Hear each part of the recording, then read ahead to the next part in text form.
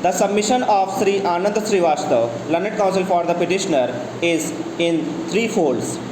Firstly, that the order dated 1/8/2002, by which the term of the Committee of Management has been accepted to be 5 years instead of 3 years, was challenged by the petitioner by filing a representation on 18/6/2003, and as such, without deciding the said representation, the term of the Committee of Management could not be held to be 5 years, and it ought to have been treated as ended after 3 years.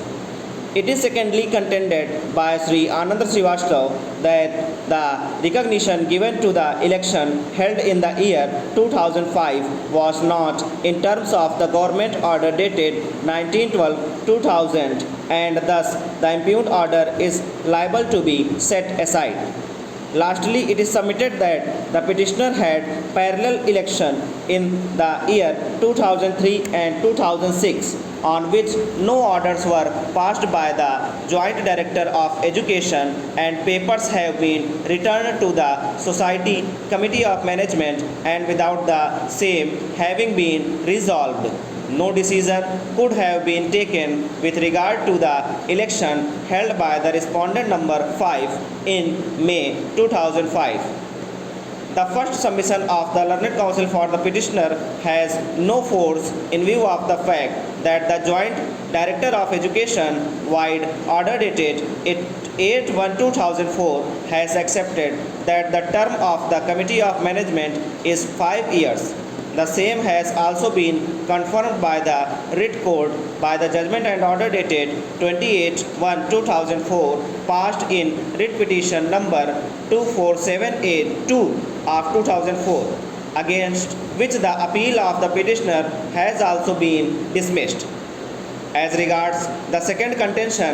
no material irregularity has been pointed out by the petitioner with regard to the election of the Committee of Management. Further, what is submitted is that the respondent number 5, the manager of Committee of Management, is not even a member of the society, and as such he is a trespasser and not entitled to be elected as manager or hold the election of the Committee of Management. It is also submitted that the date of election as contended by the respondent number 5 was 21/5/2005, whereas the Joint Director of Education has held that the election was held on 8/5/2005, which was duly recognized by the Regional Committee on 20/5/2005.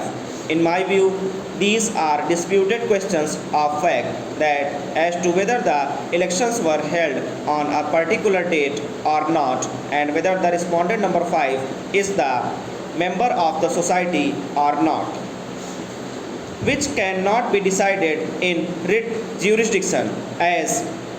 evidence would have to be adduced by the parties for deciding such issues. The petitioner was earlier also given an opportunity by the writ court to file a civil suit, and the division bench also, after relying the full bench decision of this court, has held that civil suit would be the appropriate remedy. The petitioner has chosen not to approach the civil court, but has again come up in writ jurisdiction, which is not the proper forum for deciding such issues. As regards the third contention of the petitioner, that no orders have been passed in the parallel elections held by the petitioner in the year 2003 and 2006,